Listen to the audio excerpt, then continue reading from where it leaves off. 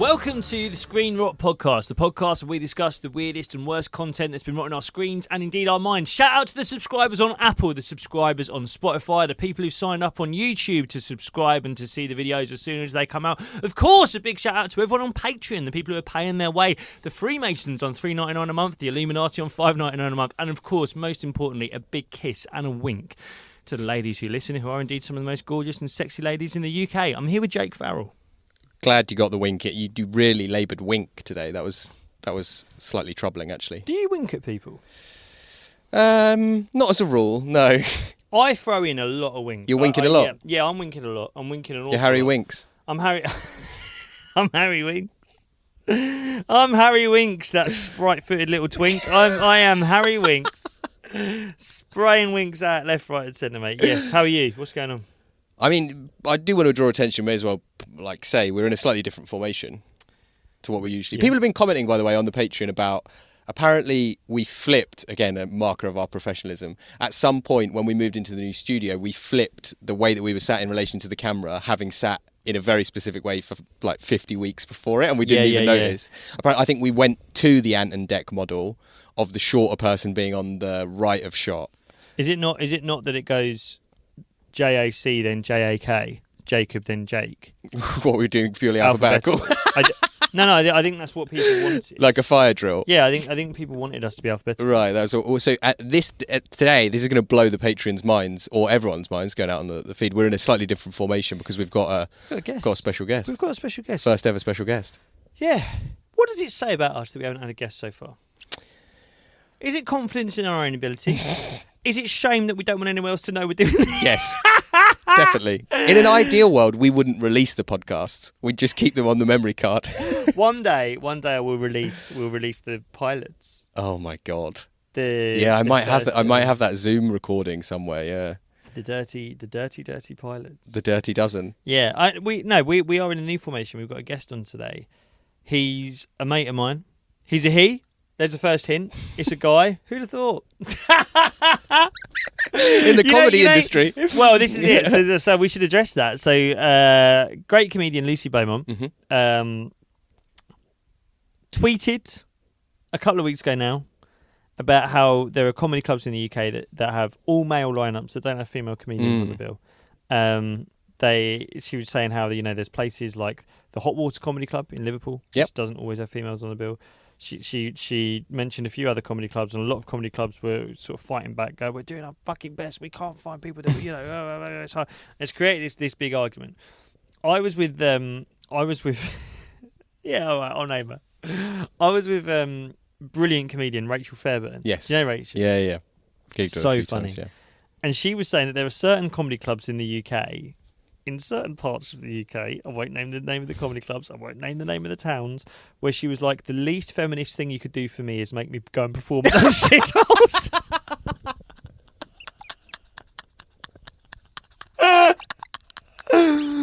Hull Comedy Lounge, no women on the bill. How kind of you, Hull. How kind of you. It's not a booking choice, it's a safeguarding policy. That's what it is, yeah. Dirty Den's Comedy Den in deep dark Essex. Yeah. They've not booked any women. How kind of you, Den? What a feminist you well are, Den. Well done, Den. Making no women trek it to fucking... Yeah, to Millwall. I do feel like that about comedy in general. Obviously, this is not for like gendered for me, but I think like I often spend a lot of time thinking about how to get gigs, and then once I've got them, a lot of time thinking about how I wish I didn't have to do them. So it's like that is a kind of, comedy is a bit of a careful what you wish for thing, isn't it really? Like you say, do you want a man, woman or child want to go to Hull on a Saturday to do comedy? Yeah. For any amount of money. The fairest thing that could happen off the back of that whole hurrah is that Lucy Beaumont goes and does 20 minutes opening the Hot Water Comedy Club in Liverpool. 1 in the morning. 1 in the morning on a Saturday. Every second Saturday of the month. Go on then, Lucy. They'll have you. Go. And the funny thing about being a Scouser is when you're thinking of bird outside. Okay, that was Tony or whatever. Now, please, Lucy Beaumont, everybody. It's a funny old thing. I mean, look, we will do the right thing. We will do. It is pretty mad what she was drawing attention to. Like I like you say, how many of those nights people actually want to do, or how many women were like, no thanks, is a different matter. But like, it's pretty mad how many of them, once you see them all in a row, like line after line, how many are all male lineups, I guess. But I don't really know why it's come about or what's happening, to be fair. Yeah. I just the amount of gigs that I do where I'm like the kindest thing that booker has ever done for women is not make any of them do that gig. There's more of them than the other way around. 100%. Yeah, 100%. Yeah. I mean, it was funny because it was literally there was it followed a conversation where Rachel and I were talking about a gig in Nottingham that I do sometimes, and you know, we were talking about like podcasts and stuff, and she was like, "Oh, it seems to be going well for you." And I was like, "Yeah, you know, getting to a point now where I'm doing the gigs that I want to do rather than the gigs I have to do." And she was like, "Yeah." I was like, "I mean, I say that, you know, I still do that gig in bloody Nottingham." And Rachel was like, "It's funny, I've never done that." I know. I bet. And it wasn't Rachel going, "They've never booked me." It's Rachel going, "Fuck going there." Yeah. I'm not as desperate as you. I mean, look, we're, you know, straight white guys. Who the fuck are we to talk about this stuff? It's interesting nowadays that's such a hot topic of conversation again. And will we do the right thing in terms of this podcast? Will we do the right feminist thing on the Screaming Rock podcast? Yes, we will never make a woman do this podcast. We'd never. Not in a million years. I actually am trying to stop women having to listen to it. We talk about that all the time. We always joke that there's like such a kind of gender divide, and I don't think that's because we're doing anything horrible. I don't think that's because like women. I think it's because like what we talk about. It's the pathetic pastime of watching shit on your phone, and I do think it's true that women have finer taste than men. Women are less predisposed to do that kind of thing. Have you tried telling your wife about some of the stuff we talk about? She, to her credit, has recently started like listening because I think she's more aware that it's going a bit better. She didn't listen for quite a long time, and because she was always like, I don't know who they are, like, and now she'll listen. But now she's coming to me and saying things like, "So how long has this Mark Goldbridge not been a policeman?" Yes, yeah. And I really wish that she didn't have to say that. She's checking the law. Right. She's doing her research. And so she's particularly offended by Daniel Ewan Henderson a few weeks ago. I mean, imagine if she wasn't. Can you be a bit more like Daniel Ewan Henderson? That Scottish guy was interesting, wasn't he? Yeah. Could you just put on this blonde wig for me? Sky remote hidden down his trousers. So, yeah, she. I think these are often the first time she's ever heard the words HS Tiki Toki. I mean, today's episode subject. I said to her earlier, today's episode subject is most known for eating a big spoonful of cinnamon. And I said, "Did you ever watch that video?" And she went, "No, I don't think I have." It's the group chat. Like, does she ever delve into her group chat? Tell you what they talk about on their group chat, on her girls' group chat? No, they don't. I think it's a lot less all-consuming than my group chat feels. But there is there. They do chat. Of course, yeah. No, I'm not saying that women don't chat. Like they fucking don't bloody stop when they get going. No, the feminist podcast, Screen Rock. No, but I don't know. I don't think they're quite as stuck with this shit as we are. Do you think? Yeah, it's kind of like the small boy kind of like wanting to look at like the badger that's been crushed in the road. Do you know what I mean? Yeah, wanting to, but not wanting to at the same time. Yeah. I don't think kind of mature women are as fussed by that as we are. No, whereas we're doing deep dives into the intestines. I think we're yet to have a woman as the subject of an episode as well, which probably says something about the really rancid parts of internet culture are mostly inhabited by men. It's that, and it's all we have sort of discussed in the past that what a horrible look that is. Us sat there on YouTube going, "Look at the way she aims the camera." We don't usually make like aesthetic calls on like how they compose their videos. You know what I mean? Like, oh, isn't she annoying? You ran with the camera. Do you know what I mean? It's like. And we're not going to do that today. No, look at her. I guess the other part of it was particularly relevant to today of like the absolute fucking bullshit that we talk about is that the person we've got coming in, and I don't let's have his name as the last word of this intro. Mm-hmm. The person we've got coming in is kind of commonly understood to be a comedy genius, right?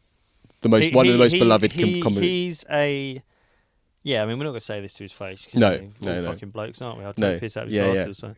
But he's a historically recognised comedian in the United Kingdom. He's released a special on Sky One recently. Yeah. He was on the biggest comedy television programme, Taskmaster. And the subject that we've got him to speak about is kind of like inviting Picasso in to talk about Rolf Harris. It's kind of like what we've done. But he loves it. I mean, look, we'll get onto it now. So the reason we're talking about this subject this week, it's someone that you and I are both fascinated by. Mm-hmm. Our guest this week Huge is figure in fascinated my by. life. I know this guy. Yeah. I've Colleague. done podcasts with this guy. A colleague of this guy. Yeah, mate, I've replaced him with you. Or has he replaced me with someone? That's the question. Ladies and gentlemen, this week we are talking about rent-a-gob himself, the star of Channel 5, Jeremy Vine's right-hand man, the king of the airwaves. We're talking about Mr. Mike Parry, and to do that, we are going to be joined by... John Kearns.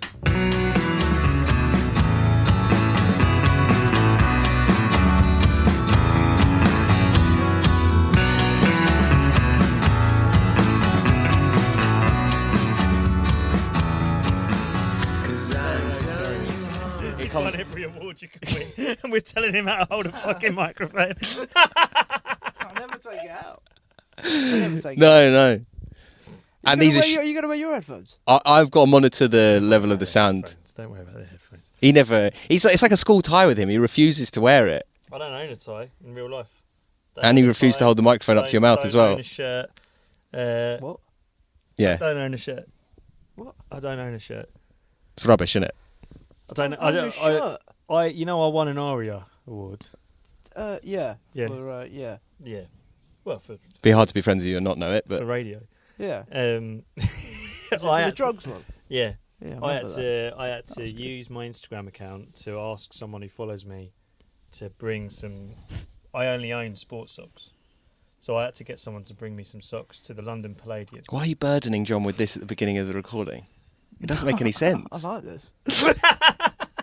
What? It's charming. I don't own socks. I've built a life where How? because I only wear white trainers, so I only ever wear sports socks. I don't need dark socks. Do you not own shoes? Well, like leather shoes. Yeah. I own one pair of leather shoes. I wear them for funerals, for weddings, and for awards. Do you want to? But this is. I mean, that was my next question. Funerals and weddings. Yeah. What are you wearing? Well, yeah, the same pair of fucking shoes every single time. The same pair of Doc Marten loafers every single time. I'm not. I haven't done loads of weddings. I don't. I'd say last few years, I'm maybe, and this is surprising for a man of 32 years old, I'm maybe level on funerals and weddings the last 3 years. It's a big claim. That's insane. That is nuts, isn't it? That's insane. But it's my mates. I don't know what to say. They're fucked. Die. They're fucked. They don't fall in love. They die. Fucking horrific. Anyway, we should get. Do you think that says something about your personality? Yeah, you're more attracted to people that are more likely to die. They're drug addicts. Yeah, They're right. drug addicts. And it's not that they're dying. The people that are dying are grandparents. Sure. You know, and people of Right. that generation. I haven't. Fucking hell, this is bleak. I haven't been to. Do you want to tell? Do you want to? I don't know if this is going to make you upset, John. Oh, Do no. you want to tell? Do you want to tell John about the tie situation or what or the lack of it? I don't own a tie. I don't own formal wear. I don't get how you get through life not wearing. When do you wear a tie? Well, weddings and funerals. There you go. But then, is there not a wedding you can attend where you can just button down, or wear a pocket square? I wouldn't risk that. No. I think you've got to be quite slim to get away with that. With I a think- pocket square, just a pocket square. Without wearing a tie. You got to look like a model. It got to look like a decision. Don't. I think if I turn up and I'm not wearing a tie, it looks like I've forgotten my tie. They're not going, oh, cool. He's gone that way. Yeah. They're like, God, he's fucked it. Yeah. Do you know what I mean? You've got to be tall. You've got to be over 6 foot. You've got to be under 12 stone. And people respect every decision you've made wearing clothes. Yeah. On that subject, let's get on to a man who's under 6 foot. Also, and is a man who has a uniform. Yeah, that's true. Well, yeah. I mean, look, get on this. We should talk about Mike Parry, Porky Parry, TalkSport legend. Mike Porky Parry. To give him his full name, to give him his government name. He's Mr. Channel 5 now. He's the king of Jeremy Vine. Well, I was going to say, Jez Vine's going to be fuming if he listens to this. But the thing is, Jez Vine plays anchor. Yeah. I think Porky's the star. Whenever we do these episodes, when we do this podcast, we talk about these people, and what I often do is I'll search their name on Twitter to kind of get the gist of what the public think about these. Yeah. Nearly every tweet with Porky Parry or with Mike Parry's name in it is someone somewhere going, for fuck's sake, Mike Parry's on Jeremy.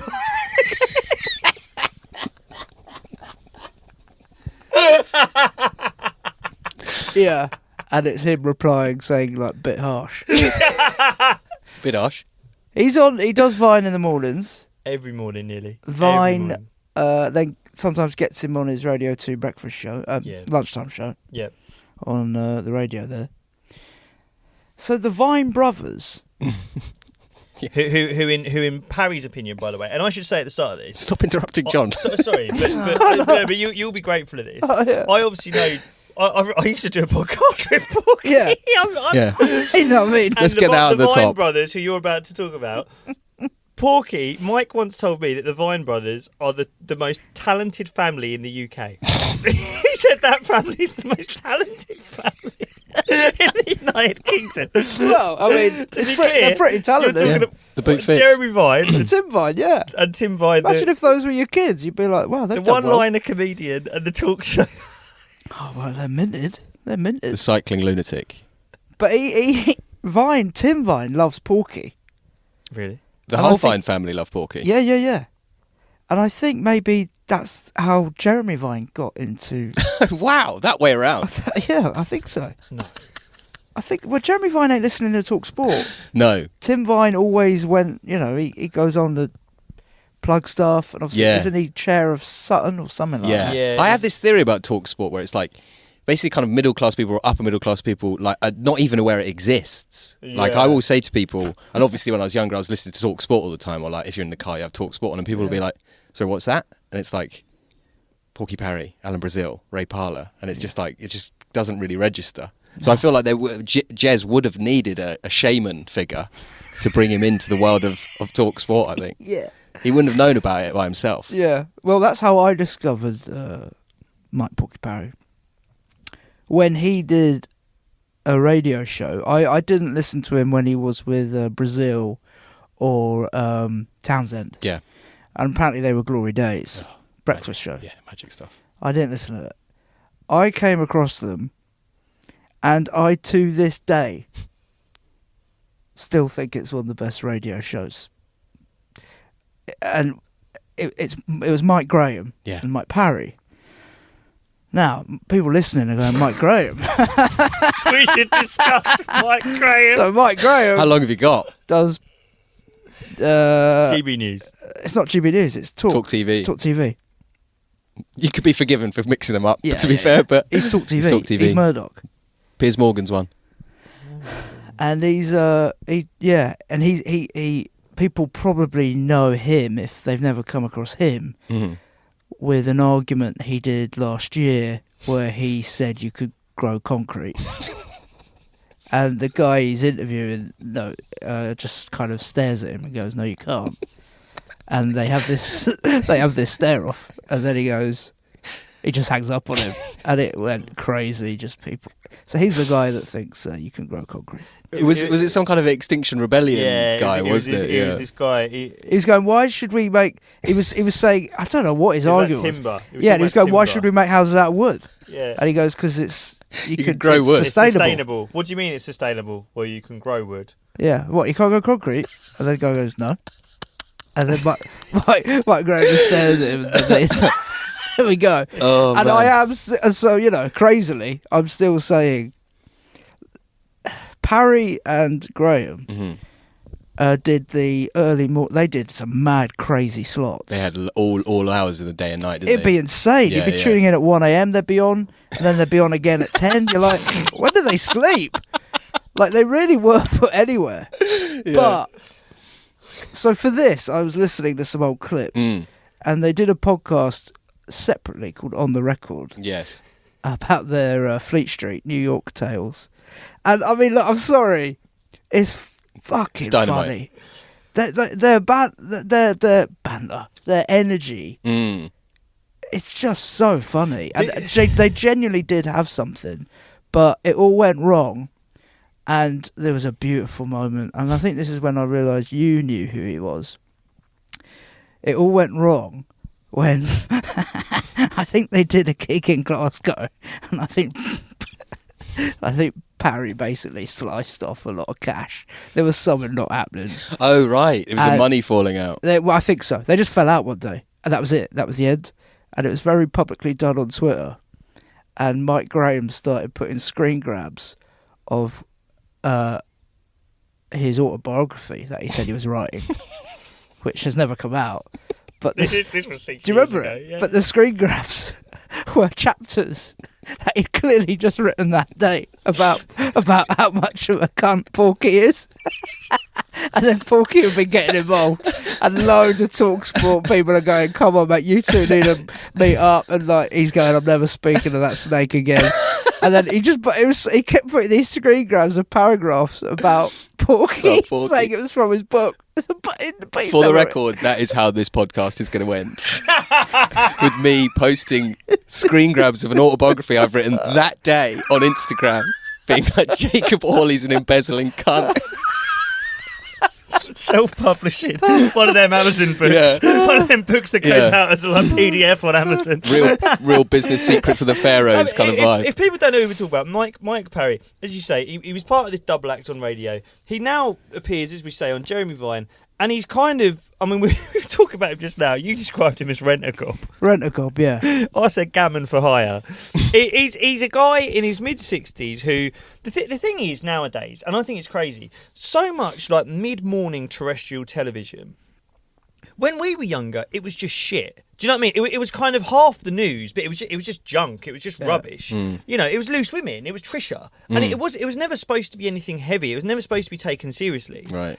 Now, it like I remember when Piers Morgan was doing Good Morning Britain, they'd just do the fucking trans debate. At 10:30 in the morning. Yeah. And it was like they'd get some like kind of like Navara Media, you know, kind of like Oxford educated journalist, you know, and they'd give him like 500 quid for the morning, I'm sure. They'd be there, and you know, Porky. Earnestly trying to fight the good fight and sort of be like, you know, we should have migrants in this country. Trans people should be respected for who they are, blah, blah, blah. And then they just get fucking Parry, Mike Parry, as you say, just kicked out of TalkSport HQ, you know, doing anything to pay off the fucking mortgage. They sit him down in a suit that doesn't fit. He hasn't brushed his fucking hair. And you get the impression that literally like 2 seconds before the camera rolls, they go, right, Porky, we're talking about, I don't know, migrants today. And he goes, right, okay, yeah, thank you. What side am I on? You're anti. Okay, yeah, okay. Yeah. And camera rolls, it's disgusting. And he'll just say anything. I reckon it's like, you know that shot in Goodfellas where they're like walking into the restaurant and they're like putting the table up around them and they're like, and they come straight on. It's like he doesn't do that. He doesn't go to the dressing room or whatever. He's just like a prize fighter, straight out there. And with it, but this is the thing. So you've always found him funny. On TalkSport with Mike Graham. Yeah, it was great radio. It was great, and what we'll play a clip in a moment.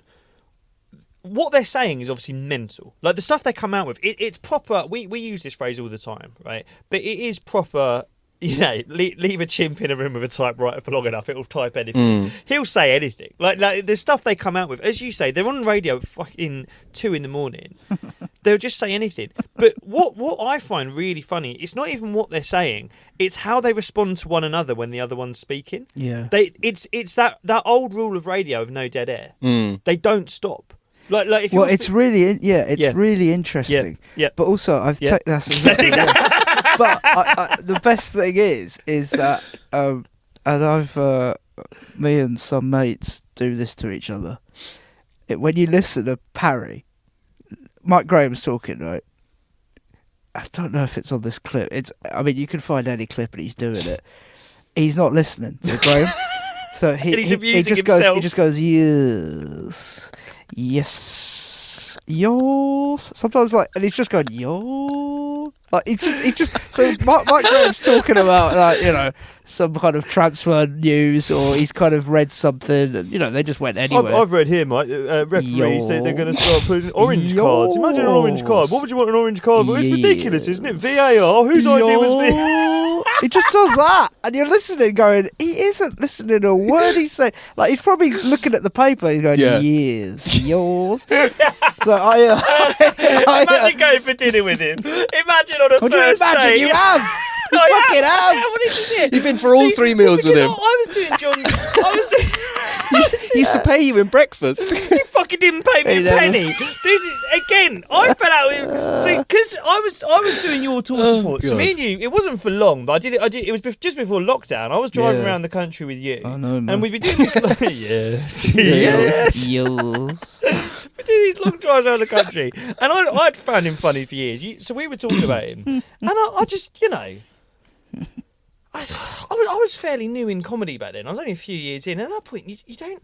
I just thought, fuck it. So I think I reached out. You did? Well, he didn't fucking reach out to you, did he? I couldn't fucking believe it. I remember we were driving in Leeds, and that's when we both. I remember, and it was during the split up of the two mics. That was a big time. I was a big time. talking to my dad a lot about it at the time. Yeah. Big time.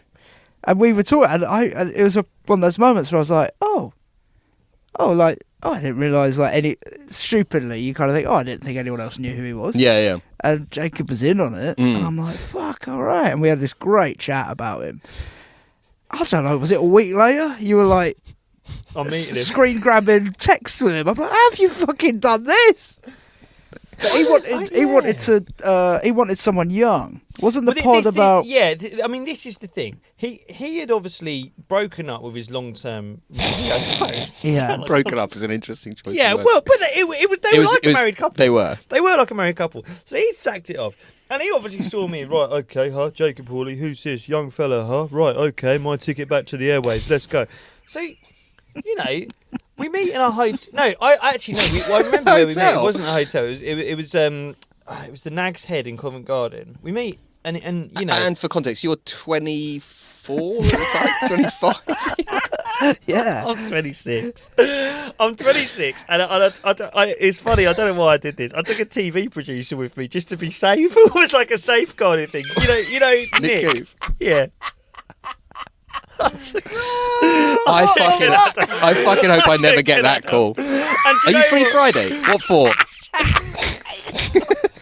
26-year-old. Covent Garden. We'll go to the Nag's Head. 26-year-old wants to go and meet a pensioner in a pub in Covent Garden. Who's kind of aware that podcasts are a thing, but doesn't know how to make them. He was drinking a triple gin. He was drinking a triple gin and tonic at 11:30 in the morning. Sure. A third of his heart works famously.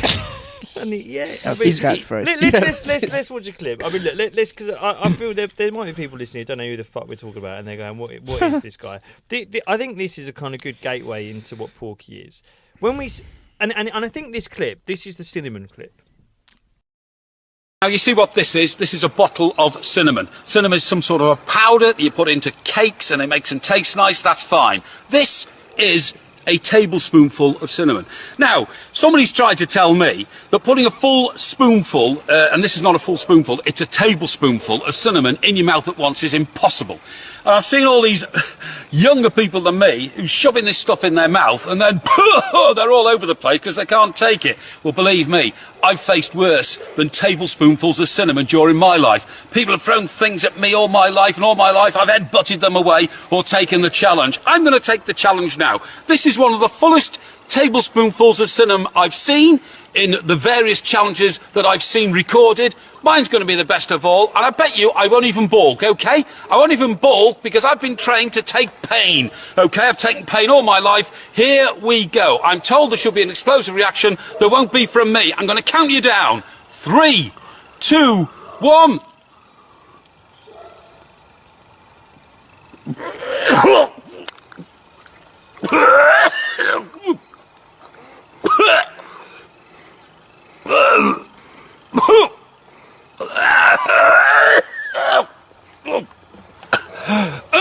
Water!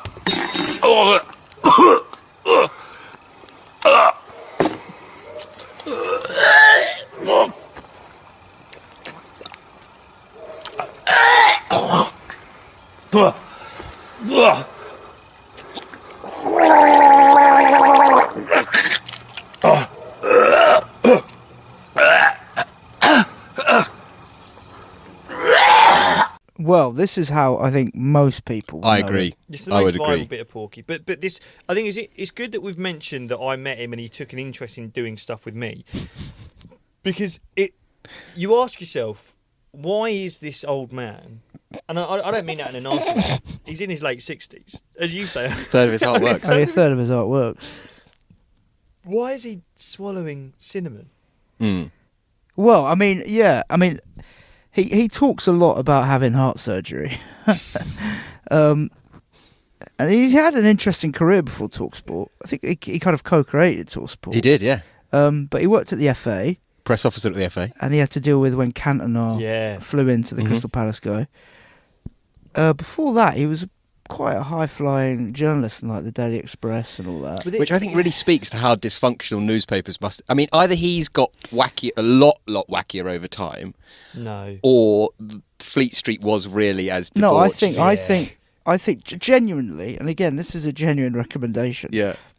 The two mics did do a show called Off the Record. Yeah. And you can get it on the podcast. Which they recorded. Yeah. But it is about, it's Fleet Street That Tales, era, right? right. And they're shameless and they don't give a fuck who they're slagging off. You know, they say some stuff which is crazy. But I liked listening to it because I was like, well, you know what? This is what Fleet Street was like. Right. Yeah. It was not, I think, a healthy environment, but it was one in which he absolutely flourished. Yeah. And he's got, again, his stories are, and I think this might be true. I think the one that I think's bollocks is Diana. no, I see the Diana one. I think's true. I think he was one of the first people to report. I think he was the first person to report Diana had died. And he would bring that up, I think, weekly on TalkSport when I was listening. Yeah, I don't know how. I think that one's is true. true Mhm. because it was Daily Express. I don't know. I think and it was night time as well, and he was working the night shift. The one that I don't believe is that he says he snuck into the hospital and poked his head round the door and saw Peter Sellers was dead, and just went downstairs, walked past all the journalists who were like trying to get answers, and he knew, and just went back to the. I mean, it's an incredibly specific lie to tell. Yeah, I think I'm not exaggerating. I'm sure you two will obviously believe this, but I think he talks about putting on like a white coat. He does. I mean, he does. It was that era. It was like that part. That in and of itself, kind of believable, isn't it? That kind of madcap journalism era. where you Yeah, could climb up a drain pipe, Yeah, Oh, right. mate. poke your head in a window Yeah. and see someone and report Yeah, it. Kind There of was one- pull your collar above your eyes. Yeah, kind of yeah, thing. Well, I mean, like the culmination of me meeting him is I mean, we had ideas for television. It was mad, and like, you know, we were both at such sort of opposing ends of the industry, and that I was just beginning, he was at the fucking end. That we were both deluded enough to think this was going to work, right? But what ended up happening is I just did a few episodes of his podcast with him. He does a podcast called Life on Planet Porky, and one thing you and I used to do is send each other the episode description. Oh, of Life fucking on hell, Planet yeah. Porky. Oh, gotta get one up. We'll Hang pull on. it up. But Yeah. while if you got your phone, Yeah. if you want to have a look and put it up, I'll just say, this guy, as we say, he was a Fleet Street journalist.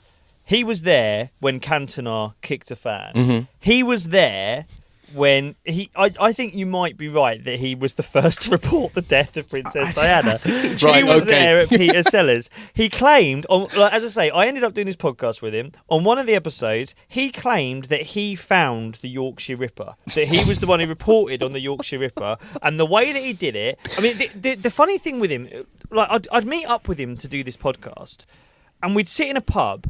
And he would always refer to his quote-unquote journals. I've gone through my journals. And he does read every newspaper every morning front to back. And he genuinely has a pair of scissors and cuts bits out. An incredible vibe.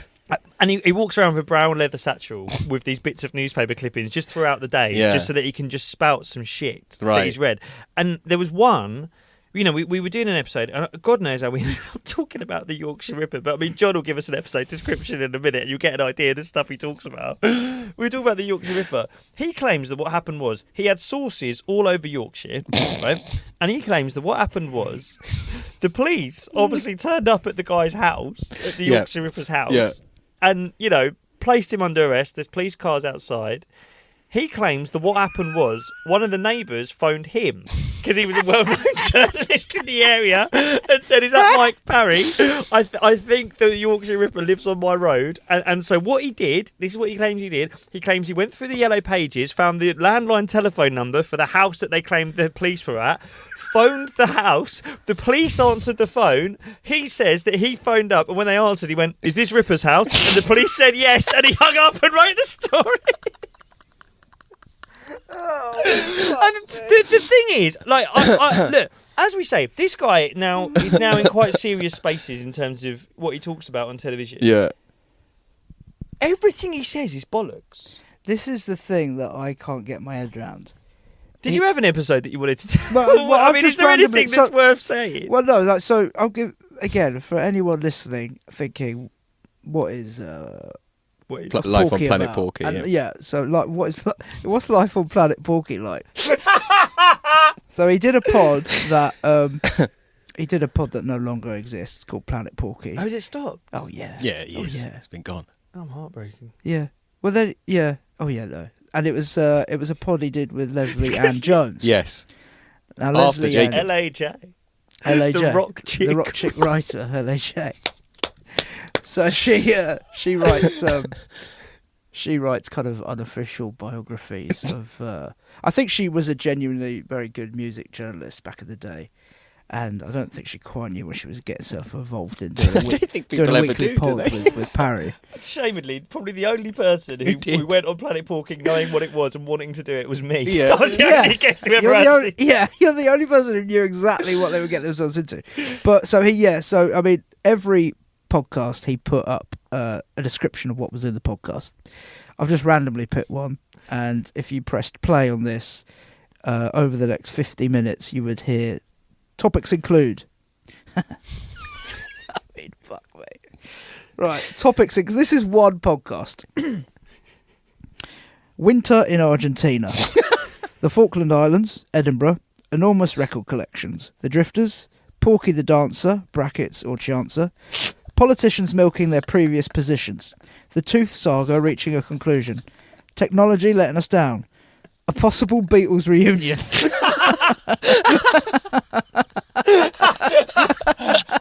Fuck me, what?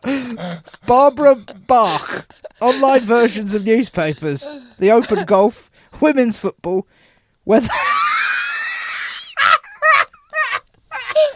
Jacko was controlled by the mob, Elon Musk's multiple children, old dads, the passing of the voice of the Daleks, Thunderbirds, how the BBC is losing staff to its rivals, the death of Andy Gorman, and the importance of living life to the full.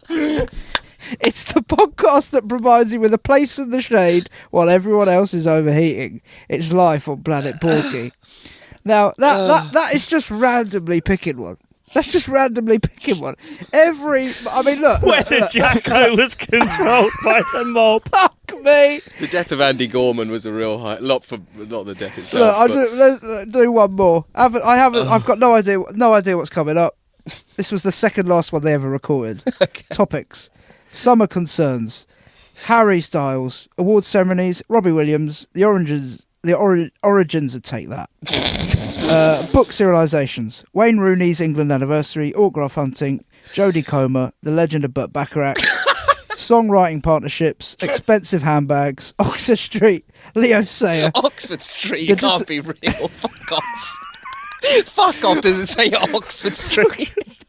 The disappearance of Nicola Bully, and an update on Porky's current project, and then the podcast finishes 5 days later. I mean, it's just. I mean, and I used to listen to this, and oh god, yeah, and the reviews as well. People are going, bring back the two mics. They didn't like LAJ the Rock Chick in the end. Well, she was really, to be fair to her, she had no idea what she was getting involved in, and she had, what show did she think she was doing? Like a kind of magazine-y, not topical, like a Vine thing. Yeah, right. But it's Paper reviews, that kind of thing. And he's always saying the millions of listeners. Yeah, it's you. I mean, God, I did listen to a lot of that because And it's interesting. Like, he knows what he's doing. He's as he says, he's smarter than the average bear. Yeah. That's in his lexicon. Again, if you want Route 101 Porky, if you're kind of trying to work out who this guy is, within a week of maybe heavy listening, you'll know a third of his heart works. Yeah. He's smarter than the average bear. Yeah. Diana. He was there, Diana. You know, all these things will keep cropping up. But he's just been very clever at kind of. He's got a penthouse in. Yes. Well, it's in Portsmouth, but he doesn't say that. He says. I've doxed him there. Yeah. No, he says it. It's Stockbroker belt. He's got a house in Stockbroker Belt, Surrey. Sorry, yeah. Stockbroker Belt, Surrey. He's got a hairdresser's car. That's what Mike Graham called his car. Hairdresser's car. I mean, honestly, I've been doing the washing up, or I'd get home from a gig, like, late. You whack the radio on. Those two talking absolute drivel. It's just very funny. So my dad's a postman, and he would go out early in the morning, and I think he would download the podcast of the late night Graham and Parry show from the night before, I think, or listen back to it on TalkSport Player or whatever. And it's that perfect level, I think, where he'd be interested enough where it's like he hated them, but he loved to hate. Do you know what I mean? It's that love of like. Well, they're just constant. They were the all bickering. Just bickering. Yeah. The Always confected argument. It's so catty. It's so. It's again, like this podcast. I love it when they go like I think again, it's something that I just do now as well, where Mike Parry would say like. They're trying to move on, and he'd be like, "Don't worry about it." Mike Graham always goes, "Well, I wasn't worrying about it." Like like he can't ever let it. Like he goes, "Well, I wasn't worried about it." Like they're constantly arguing. Oh, and it's just... Can we play? We haven't done the cinnamon one. Should we do the cinnamon one, or do you want to go straight into? There's one I want to do, which is such a great example of what you're talking about, the bird brain. Well, the cinnamon one, just everyone listening now knows what it is. It's the white guy who's got the Canada inexplicably t-shirt, wearing a Canada. and this was years ago. It looks like it's been filmed on a potato. It's awful. Yeah, and he bought the right. Do you see what he did on the Vine show? No. He bought the. He's really annoyed about this clip because it's a very famous clip, very viral. Yeah, and he's like, "Why haven't I made any money out of it?" So he managed somehow to buy the rights to the clip. And he did a charity auction for the rights on the Vine show. And it genuinely raised about £10. What do you mean? The rights to the clip? Yeah. So like if they play it on TV. Someone filmed on their phone. It's just some shit. Yeah, but he's livid. He always looks at the views. It's got like 4 million views on it's YouTube. Like a big thing. And he's just livid that he's not made any money. And that's also really instructive into his mindset of like, he comes from a time where like you would make something and someone would give you some money for it, and then you would like in perpetuity earn that. And this bewilderment at the internet and like how the thing is no longer your own, it's just out there in the world. Like that kind of really seeps. That was really what I remember about the podcast with you and like the kind of early days of Planet Porky was like, I should be making money out of this somehow. Yeah, like everyone else is making money out of it. Yeah. I mean, let's. Can we listen to the bird brain bit? Yeah, this is in terms of what John's talking about. In terms of these two, just fucking idiots. Just and the irony is these are two. I mean, I don't know how old Mike Graham is, but Porky's in his late 60s, as I say. Yeah. Right? You know, you see like comedians of our generation now going viral for like a clip on a podcast.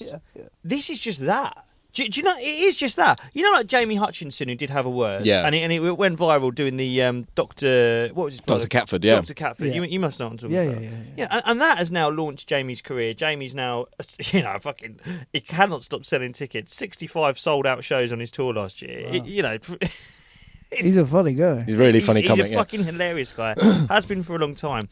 But, like, that is now the apex of what. I mean, we're sat here doing one fucking right now. It's the apex of what you're trying to achieve with podcasting. These guys were shitting it out at 2 a.m. every night of the week, and this is just a common example. This is this clip is from incredibly like 1 a.m. on TalkSport.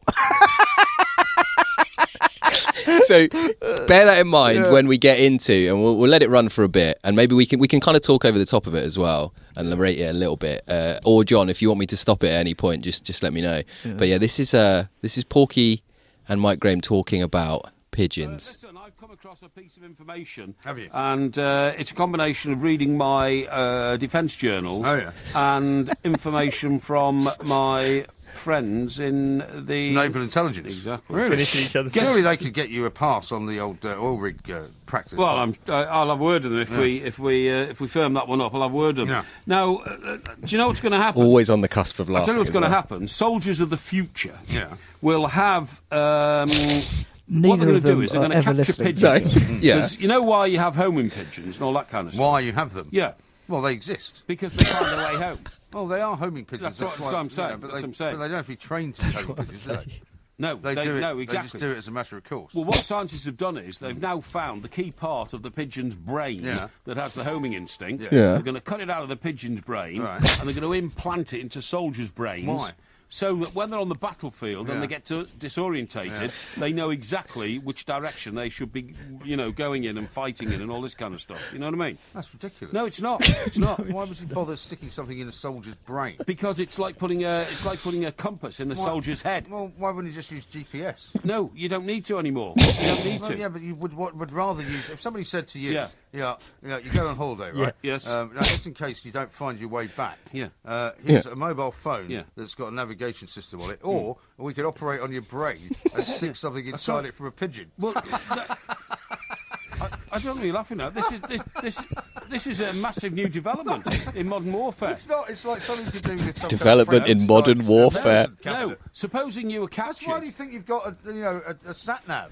Suppose it. No, you don't understand. You might be a captured soldier locked up in some barren jail or Oh, prison. what you mean? They might have taken your device away from you. Exactly, and Yeah. then you break out, and then to get Exactly. back to base camp. Well, most you know, soldiers you- have probably been given a you- basic no. training in navigation. I mean, my father, for example, when Yeah. he was a navigator in the RAF, all they Well, he had. was bombing Canada. Yeah, he wasn't bombing Canada. Well, The he point never is- bombed anything in Europe, No, did he he? didn't bomb anything No. because by the time he qualified, the war was over. Oh, yeah, actually. yeah, he came in But a bit they late then, They did did he? do some practice runs. The point is that He's always you used to slagging off his navigate dad. by the stars. His dad's military That's record. what Yeah, people yeah. in ships used to Navigate do, by the stars. right? And you can navigate by the stars. Right, listen to What this. do you mean, right? Listen No, to this. I'm going to tell you. No, I'm telling you that's how it's done. Yeah, but so I- if you're a soldier and you're likely to be caught behind enemy lines, Yeah. you can use the stars to So much navigate. more is to me too. I don't. I mean, I think that gives you. Is there a Getting good better bit coming than up? this, Get John. out of a pigeon and put it in your But brain. Because it it's- works. I mean, this Magnetic clip navigation. goes on for another. 3.5 Magnetic minutes. navigation Yeah. is unique They to just start- animals. It's found in creatures as varied as salmon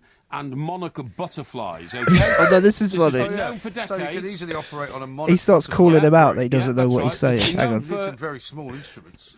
It's been known And for you hear decades, Porky but crack how up, to do hang it on. has remained one of the puzzles of biology. But now scientists at Peking University Where are you reading this found from? the protein bundle buried in the cells of pigeons' brains, okay, and in the brains of monarch butterflies, Yeah. and it binds their brains to atoms and uses them to snap You've got navigation no idea, molecules. You've got no idea what you're talking about. I do, and it binds the elements of their brain, iron atoms, and uses them to snap navigation molecules, So, which what are you face talking north. about? Navigation molecules that face north. The navigation Oh, molecules that's so in the- good. in the- That's so It goes good. on. It goes on for another 3 minutes. And I think John, for your. But it's just Porky. Oh god. He's got this magazine in front of him, and he's just reading it out on the radio, and he hasn't got a clue what it is. But just listening to that clip shows how he does his job on Jeremy Vine. He just reads something and believes it. Yeah. He feels like he's finding his way as he goes a little bit with what he thinks about it as well. Do you know what I mean? Of Yeah. like- Oh, he'll sell his soul. He doesn't care. His Yeah. opinion is in the wind. The thing is, his job title, if he was to pay tax, if he was to do a tax return, he's a broadcaster, right? Now, you don't get people described as that very often anymore, a broadcaster. Yeah. There's a few you might say, I don't know, who would you say is a broadcaster nowadays? Maidley. A modern broadcaster. Oh, well, no, A modern broadcaster. I don't it's know. like your Dan Walkers, maybe. Yeah, right. But then like with him, it's the job of just saying things. But the thing with him, and I'll always remember. So as I say, I did his podcast a few times, and there was talk of doing a live one at the Hen and Chickens Theatre in Islington. What I wouldn't have given. Well, I really wanted to do it because he's fucking hilarious. As I say, that's as funny as anything anyone produces on podcasts Yeah, that's now, true. Yeah. Right? So I was really game. However, my agent at the time was like, okay, you're going to do this. They're going to sell 100 tickets, are they? Oh, £25 a ticket he's going for, Porky, right? Is he? That's what he wanted to do it for. 100 tickets. And my agent went, okay, so what are you going to pay Jacob? And he went, oh, no, nothing. Oh, no, nothing left after the text. You know what it's like nowadays anyway. Yeah, see you at 7 o'clock, Jake, right? And so my agent was like, well, no, you can't do this because he's making $2,500. You can't. He wasn't going to pay you. He wasn't going to pay me. Didn't he say he'd buy you breakfast though? That was all. Yeah, there was. He wanted to. He said he'd buy me breakfast the morning after so we could have a debrief. But it was that, and he. I remember, it went a bit sour, and he sent me some horrible messages about my agent. She doesn't know what she's talking about. She won't belong in this industry and all that sort of stuff. And then he tried to get me back. And I remember, Get you as you back. say, it was just around lockdown when this was all happening, and that's kind of what really stopped it. Because he was old enough that he had to. He was shielding. He was shielding. I just remember I got an email from him once, and he was, he's really trying to get me to meet up again. He was like, "Come on, we'll meet at the pub." And I remember the last bit. The last sentence was like, we'll have a laugh and a shout because at the end of the day, that is the purpose of our lives.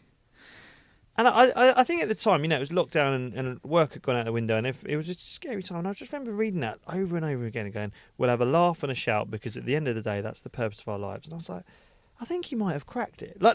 And he's a nonsense man. Do you know what I mean? He's a nonsense. Well, I don't want people listening to this thinking that I'm laughing or we're laughing at that clip thinking he's an idiot. No. I'm laughing at that genuinely because I think they're two very canny, 100%. old journos who just know what you just said. They are on the radio for 3 hours. Gotta say every something. day. They just got to have a laugh and a shout. A laugh and a shout. That's literally it. It's literally. You can imagine them saying that to each other before they go in. Yeah. Well, they don't have to. They know Yeah, that yeah. themselves. Yeah. And it's just, like you said, there's no dead air. No. They're just, right, yeah, And- okay. and Is it's it? like- No, that's wrong. We No, talk that's a lot. wrong. No, You don't it's believe think a lot what in it is. comedy, I suppose, about characterization, or like when you see someone who's like truly themselves on stage, and you think that's fucking amazing. And like and we talk a lot about like them influencers or whatever, almost being like WWE, right? It's like it's all a work, it's all fake. And he kind of cracks there a little bit. He doesn't really crack very often, Porky, but he's so perfectly attuned to his character and to how far he can push things before he becomes too annoying, how much nonsense he can say. Like it is so well thought out. And I think the sad thing now is because he's had to kind of re-find his place. By the way, in his opinion, and I don't doubt financially maybe, he's better now than he was when he was doing that. When he was doing that, as we say, it's 2 a.m. on TalkSport. I don't know what he was getting paid for that, but he was making great stuff. Whereas now, I remember him saying to me at the time, he was like, "Oh, it turns out I do have a face for television," and he's on TV now. He's on Well, he must national have- television. yeah, But it's the wrong space for him because, as I say, he's a nonsense man. But as I said earlier, they'll say to him, "What should we do about people coming over to the UK in dinghies?" And there's a quote of his that we should acknowledge, by the way, that went very viral. And there's a lot of people who don't like him because he said the problem with his country is minorities, and minorities need to be squashed. Did he say that? He said that. Now, I don't think he actually... When I say I don't think he believes it, I also don't think he believes that we're going to put pigeons' brains into the brains of soldiers. Yeah. He just speaks. Mm. And I mentioned that he wanted to do a live show. You've seen him live. Oh, yeah. He paid to... Oh, yeah. And yeah. what I think's funny about this, well, you told me about this at the time. At the Shepherd's Bush Empire. Oh, wow. You know how you were saying how like, your dad would listen? Yeah. And your dad would almost hate listening to it, wouldn't he? Yeah, and my granddad before that as well. In the Brazil Parry days when it was Brazil calling him a tube and whatever and calling him a numpty. This is like, it. He was the nation's punching bag. Porky, Yeah. you plank. What did Porky. Liam Gallagher call him? Fuck me, that was funny. Oh, what was it? He really went at him. My phone's fallen under the sofa. Hang So on. Hang on. See if John could do it off the top of his head. I can. You're just a crap Kenny Rogers. He tweeted him that. I bet he holds that as a badge of pride. I bet he's got that framed in his stockbroker belt He mansion does, somewhere. and he was obsessed with Wayne Rooney. he wrote Obsessed. a biography, didn't he? Yeah. And that was what And my Rooney- earliest memory. Rooney, He was obsessed with him. Rooney, I think, was a bit like, who is this guy? Yeah, what's going on here? And he's got like, he loved Rooney because he's a big Everton fan. Yeah. And like Bill Kenwright was his very good friend. I don't know how good a friend he was. But he was a proper journalist. Like, you know, as you said earlier, he first on Diana, Peter Sellers, you know, the Yorkshire Ripper, apparently, Cantona. He's a bit, you know, like Forrest Gump. How like Forrest Gump was president, all the big moments in American history. That's kind British of what history. Porky was for like British history between 1995 and 2008. Yeah. He was Well, just I think he's someone that I think if you worked with him, you in that environment, you wanted him on your side yeah. because he was clearly a bit of a wheeler dealer, and I don't know. I like hearing, and he's always talking about people that have been knighted or like an editor that he had. Yeah. And, like he clearly was the guy who got stuck in a little bit and Yeah. knocked on doors and maybe. I'm not saying he tapped phones, but he's just old school. Yeah. And he's always getting his catchphrase again, another catchphrase. Another catchphrase. Bladdo and Modo. But he's a drinker, yeah. He's a bladderation and moderation. Was he drinking at the live show? Well, man, the live show. So yeah, Shepherd's Bush Empire. Not a small room. Not a small room. How did they sell, John? They didn't open the balcony. And also, I remember I'm sat there with my mate, and he bought me a ticket. And it was one of these things where it was what we were talking about. Go, will we ever go? And then he bought me a ticket. I was like, oh my god, he's gone and done he's it. Done it. A Shepherd's Bush Empire, man. And it was Christmas, and they walk out. Well, before they walked out, there was an incident. I mean, everyone in that room doesn't really know why they're there. Do you know what I mean? I remember looking around. It's obviously 95% men. Yeah. And It's almost as bad as our Yeah, almost as bad as this podcast. I mean, I can't talk.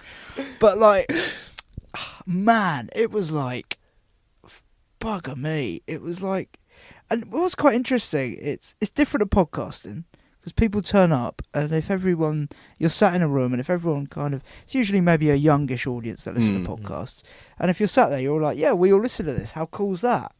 This was an audience of people that listen to TalkSport at 1 a.m, who are sat in a room going, blimey, we all do that, do we? And there wasn't like a kind of cool, like, oh, we're Frisson young, of- and, yeah. like, oh, we love these guys. Just a real patchy crowd of like, yeah, I listen to this in my van, like just late at night. I don't really want to laugh. be seen here. Yeah. And you know, it's gammon, it's all that stuff. I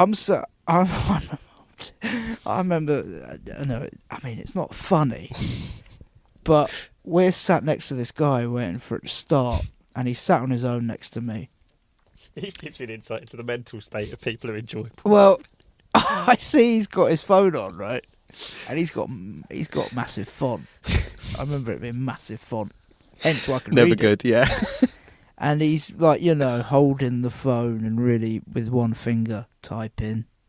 So and he's been really quite, it's bright. Actually, the show might have started. I think that's why I'm looking. Right. So anyway, I turn to my left. I'm like, because the font is so big, I'm reading it. And the text is, right, fuck you. I'm jumping off the bridge tonight. I'm like looking at him typing this. He then just stands up and walks out. Oh my Yeah. god. So I turned to my mate and I went, that guy, yeah. He, I think he's, well, he just texted, right, fuck this, I'm jumping off the bridge tonight. He's like, right, where's he gone? I went, and he never came back. Oh my god. How was he behaving before he'd sent that message? Just on his own, just sat there on his own, waiting for the two mics. With the and that, like you say, that atmosphere in the room, not of we're about to see a joyous show, but of a slightly ashamed group of people that don't really know what they're doing there. It's Mike Parry trying to get to Christmas #1, and he's written a song, he says, and has he written a song? he's just there. They're completely plastered. They're plastered. Oh man, like bottles of champagne. They walk on with it. Oh my god. And it's like the environment is like down it, like whenever like trying to get him pissed. Loosely structured show. Yeah, then. he's like this little weird pig in like in a little farm that everyone's looking at, trying to like tease. And they're on the blow, I think. I think they're all. Do you reckon? Yeah, I read. Where did I read that? They were. They talk about that a bit, and then you could buy a special ticket and go like to hang out. Yeah, you could hang out with them. With the two. Now mics. that is a night. I also find it hilarious, the choice of venue, because again, it's that like I've never been outside of like Soho or like I've been in this entertainment or entertainment industry adjacent world. To him, there's no venue smaller than Shepherd's Bush Empire. Do you know what I mean? That's the smallest. There's no rooms above pubs. There's no kind of art centres or whatever. It's like, well, we need to book a venue. Do the Empire. Do the Shepherd's Bush Empire. Yeah, and the guys have got, and they've obviously paid the rent on it. They must have lost a hell of a lot of money on that. Shitload of money. Oh man, and yeah, it was crazy. I mean, it was. Oh, I'm thinking back to it. It was just them for 2 hours with an interval. 2 hours. Then it ended with everyone stood up singing Fairy Tale of New York. Just swaying. Did you sing? As you're watching them getting leathered on champagne. It's the dream, though. Like, think how hard. You've got a special just come out on Sky One. Yeah. The graft you put into that, the fucking effort you put into that show, and he just stands there fucking blasted. But that's why that last line of that email he sends, right? Shout and have a laugh. He's not. He's hiding in plain sight. Yeah, that's what he's doing. Yeah, and he's getting paid. Fuck me. And he's in the Nag's Head Covent Garden most lunchtimes. I saw them. I remember sending you the picture. I've got a picture. With them. It's opposite the Garrick. Yeah. Right? Yeah. So it's like I love that difference there. I bumped into them once walking out of the pub in Covent Garden. Yeah, the Nag's Head. And my brain is flipping. I'm Yeah. like, it's the two mics, and they've got their leather satchels. They're planning world domination. I was like, Blado and Modo. I was like, sorry boys, can I get a picture with you? I'm stood there, Parry. And this is before. Again, I've got to stress this. This is before Mike Graham is who he is now. Yes. Yeah. Because he is now a lightning rod for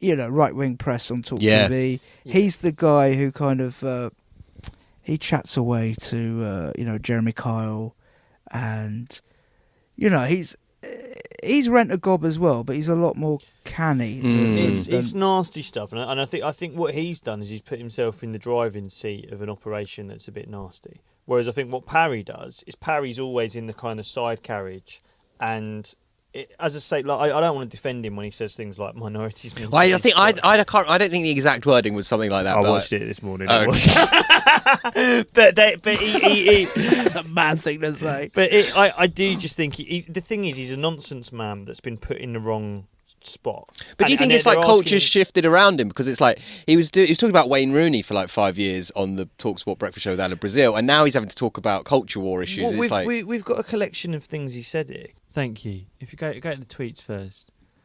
So this is, when I say he's a nonsense man, it's the level of shit talking where, as someone who does, I do 4 podcasts a week now.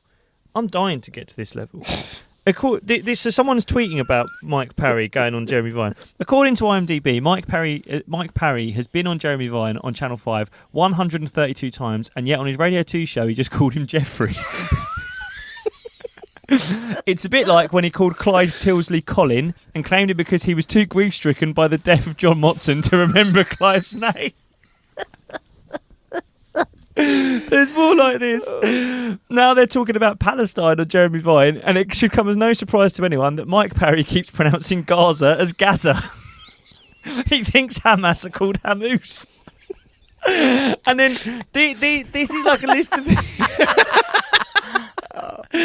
He said that street lights should be dimmed to reduce crime levels as criminals won't be able to see in the dark. He says he's a member of the Labour Club and the Conservative Club so that he can drink in both. He says that Just Stop Oil protesters at the snooker were creeps with nothing to do but jump on a beautiful piece of furniture. He says that Just Stop Oil protesters should protest in a heavyweight fight in Saudi Arabia so that they'll be beheaded. He said Just Stop Oil protesters ruined lives at the snooker because people would save for 2 years to be there. He called Britain the most civilised country in the world. He called Just Stop Oil a form of terrorism. He says he carries a diabetes monitor around and makes his overweight friends test themselves. He says it's a friend's obligation to call their friends fat, and he says that maths isn't sexy and is done only by middle-aged men with hairy arms. What, maths? Yeah, maths. Middle-aged men with hairy arms. This, I mean, look. To conclude, I, for me, he's a throwback in the sense. What about that list I sent you though? There's some funny stuff he said there. That might Have be. you- have you seen this that list? might be the list we just up. No. You got more? Yeah. More nonsense. Ejector seats for F1 cars. Oh yeah, this is good. Yeah, do this. Paint racing pigeons like jockey silks so they are easily identifiable and make the owners wear the same colours. The winner is the person who has the correct pigeon land on them. Make pigeon racing more spectator friendly by flying a plane up alongside them so people can follow the race. Put wing mirrors on horses to allow the jockeys to see what's coming behind. Football players should play in brown paper shirts so the refs can always tell when the shirt is being That's pulled. my favourite one. I had a weird moment when I read that one for the first time. I was like, oh yeah, that kind That's not a bad idea. Yeah, there's always logic. He's a nonsense man who at his peak was funnier than any podcaster currently working, and unfortunately he's been put into the wrong field now where he's talking about Gaza and he's pronouncing it Gaza. He's pronouncing Hamas as Hammouche. But he's still, his best work is some of the best work I've ever listened to. Yeah, hopefully this will get that work to a few more people. A few people get out there, get on the compilations on YouTube. Fill up the Shepherd's Bush Empire for me and Porky on the comeback. Yeah, YouTube, 2 mics. There's some funny stuff out there. Off the record. And, yeah, off the record. The off the record podcast. The off the record recorded podcast. But they released like a DVD. They did like New York. Yeah. Because they used to both work out there and they had loads of stories out there. I don't know. This is going to sound a bit odd to say, I think. Welcome to the podcast. Yeah, I was going to say, you'll fit right in. No, but like I get the feeling like you said, the nonsense man, the rent-a-gob, all that stuff. But I think he is a dying breed, old school, journalist, and I don't know. This is what I mean about being weird. I obviously I want no ill on the man, but you get the feeling when he dies and they have a funeral, you imagine everyone in that room's going, he kind of didn't give a fuck. And he was funny. Do you know what I mean? I'm just like that idea of like he is mad. Yeah. But I don't know. He's you wouldn't want everyone to be like him. But I'm glad he exists. You're obviously, you've done well with comedy, John. You won awards. You've Taskmaster. Right. Yeah. Sky One special. You've watched it. I've Fantastic stuff. Saw Yeah. the show. It's a great show. Yeah. As you kind of ascend in your career, do you ever think there could be a space for you in a similar spot to that? Could you? What terrifies me, and I mean this, is I think if I'm not careful, I could look like him. I could look like him For the biopic. Well, I could. We'll finance it. I look sometimes. If you Google image him and look at him when he was like a younger man, just going insane. He was boozing that guy. I could. Look of us three. Central Casting are picking me. I mean, he always wears a blue and white striped shirt and trousers that are far too long for him, that are rolled up at the ankle. And I mean, blado in modo, as he would say. And what a mantra to live by. Thanks so much, John, for your expertise, your wisdom on this subject. Like you say, when he goes, I don't think there's another Mike Parry coming down the track. Dying because he might listen to this. I'm not. It's all coming from love. Yes, It's all coming from love. I genuinely think the guy's funny. I And don't think also, someone got in touch. A good mate of mine, he had a kid, right, and he was looking after the kid in the mornings, and he was watching Jeremy Vine, and he went to me. There's a guy on there who I just like. I was like, oh, who is it? This was a few years ago, and he went, this guy called Mike Parry, and it's just funny when someone. He crosses into your Into the normal real life, world, and you go, "Yeah, he's been around that." Yeah, yeah. Like, sit down. We've got a lot to talk about. Yeah, Tune into the Screen Rock podcast. You can understand. You can just start sending people this episode. There's a primer, and then we'll get into it. I mean, look, we've done pretty well going through his career. There, Through his oeuvre. the Two Mics on the Record pod is genuinely a fantastic listen. I think what I'll do is I'll cut in the cinnamon video, and that'll be the last thing people hear. They can go out on that. Yeah. And thanks again, John, for coming in. Thanks, and enjoy Off the Record. All the people that have just heard about it for the first time. Thanks so much for listening, everyone. And watch John's special on NowTV. Yeah. Varnishing Days out now. Go and listen. Go and watch. Cheers.